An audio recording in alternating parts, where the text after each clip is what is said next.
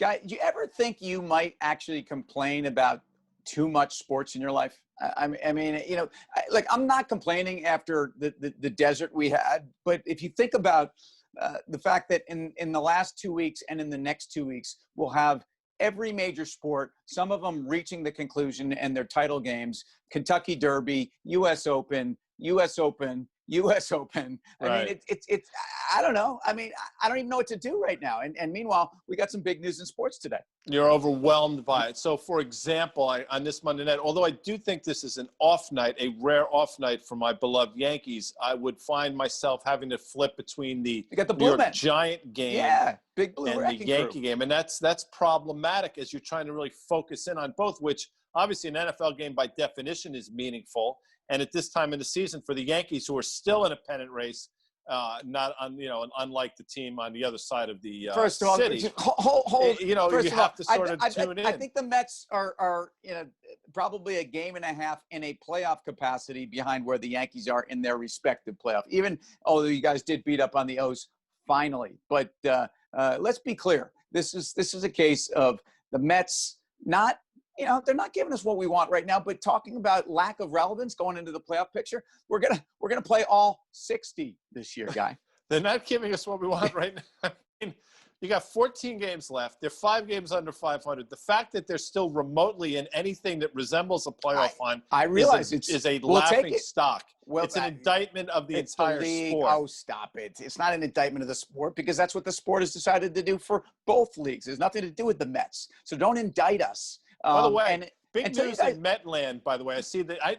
I see, and you should be happy about this. Apparently, Steve Cohen, the great hedge fund manager. And I am happy. I'm curious why the Yankee fan thinks the Met guy should be happy about this. Because I think the Met fan will say, for the first time in our, I don't want to say storied history because that's also an insult, but in the first time in our 59-year history, we're going to have an owner that will actually spend money and back up a team whose fan base, as small as it might be, is very passionate about the product. And they want us, for the first time, to spend money, to go out there and be a Yankee-type franchise. So if spending money was essentially getting you to the promised land, the Yankees might have done that. In fact, I think the Yankees have shown how spending money can get you about as little back on the dollar as Jacoby Ellsbury's contract. If you think about where the Yankees found their success, and it's a compliment, you're aware of it, it's nothing to do with money. You guys had 4 guys come through your system that actually formed the cornerstone of really the only time the Yankees have won. When was the last time you guys won? Certainly not since all those guys retired. So spending money is nice because, as I said on ESPN, as I said on CNBC tonight, that we have behaved like a small market franchise. And I do think Stevie Cohen will open up the pocketbooks. But if open up the pocketbooks gets me one Giancarlo Stanton, I'm not so sure that that's a trade we want to do. But anyway, I'm happy about that's the deal. fair. That's Will Ponds, no, come on. I am happy. I'm happy for. I have friends that are Met fans, misguided as they might be, but this is a big day. This is a bellwether day for the franchise, and I hope only good things moving forward. And I would say this quickly because I know we have to talk about other things. Yeah. I don't think there's any player on that roster of the Mets that is untouchable. As a matter of fact, I think they all can go. That's just. Okay, anyway. So let me do that back to you. I mean, who on your team is untouchable at this point? I mean, unless the guys that are untouchable because a contract like Garrett Cole's is an albatross. You're going to be hating that contract in 2 years. By the way, your stopper has an ERA of 3.5. So he did step in and actually end that little spell, you guys. But I think the two-way on which contracts or which team is the untouchables, maybe Glaber Day. I don't know, but he seems to be injury prone too. Anyway, let's talk about the headlines today in sports, because as much as the markets were extraordinary with M&A and a lot going on, the tic-tac, Oracle, Microsoft, Trump administration soap opera, I think one of the most important stories, and we've talked about media and the evolution of media, is this DraftKings, Caesars, Teal co-exclusive with Disney. And for me, Disney, the Mouse House, who has been always worried about their reputation across every move, has essentially validated mainstream sports gambling in a regulated fashion. Yeah, and it's interesting. I didn't realize this last week when we talked about it, but Disney actually does have a stake in DraftKings, and they sort of backdoored into it vis-a-vis the Fox acquisition that they made. So there's already a stake there. And I said it last week. I mean, they would have been smart to buy DraftKings right off the bat, although it probably doesn't fall under the auspices of what Disney is all about. But the world is changing under their feet. And by the way, I think they should be in the TikTok sweepstakes as well, quite frankly, for anywhere from $35 to $50 billion. I think TikTok makes sense for Disney as well. I think if Disney were to do one of those two things, I think you'd have a similar reaction in its stock the way you saw Walmart move on the back of that announcement about TikTok and Microsoft.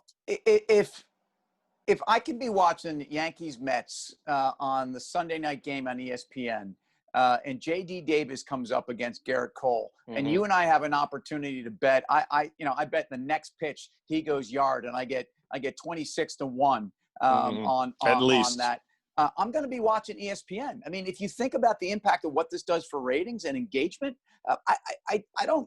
we've barely begun. And if you think about some of the failures that ESPN has had with engagement and linear TV, which is falling apart, and that's not a bad thing because they're obviously picking all that up in the land grab that is their own streaming business. You have to say that this is a game changer. 100%. I've said it for years. Well, I don't want to say for years. I've said it for a long time that the way you view sports is going to fundamentally change if you're allowed to bet pitch to pitch, snap to snap, face off to face, whatever you want to say. And that goes right to the experience of being in the stadium where you could have iPads in front of your seat in special sections where you could do exactly what you're talking about. And I think it's a game changer for these companies. And I said it, I'll say it again. I think you agree with this because you've said it. They could stop professional sports tomorrow, and DraftKings, in terms of the stock, is still a buy, in my opinion. Be fine. In fact, as a shareholder of DraftKings, I'd kind of like that to maybe scoop up a little bit more. But for example, if we could bet on the over/under, I'm going to say 19 months between now and when Garrett Cole goes under the knife. Nice. I like that. So you're wishing ill will on a fellow human being. I mean, that's cold. No, hold on. Isn't it an eventuality that a pitcher has to go through the rotator or the Tommy John and then come back stronger, like my man, the DeGrominator? In other words, that's fair. I'm actually wishing him to get to the next level. So I would bet. No, fair enough. And my bet would be 6 months the over/under when the Mets rid themselves of Cameron Diaz's contract. Cameron Diaz. Look, he's played like Cameron. In fact, I'd rather have Cameron on the team for morale, if nothing else. And there's something about Edwin that many of us Met fans do not like. Caesars, does this change their prospects real quick? 100%. 100%. The stock's had a decent run. 100% absolutely changes their prospects. Actually, I think it puts them at the head of the class in terms of casino stocks. So CZR is a symbol there. You got to watch that over the next week or so. And to your earlier point, you want to buy DraftKings on a pullback. I'm not sure you're going to get it, though. Well, I think you actually hold your nose and you pick this one up. I think I was misinterpreted tonight on Fast Money. I don't care about the valuation. It doesn't matter.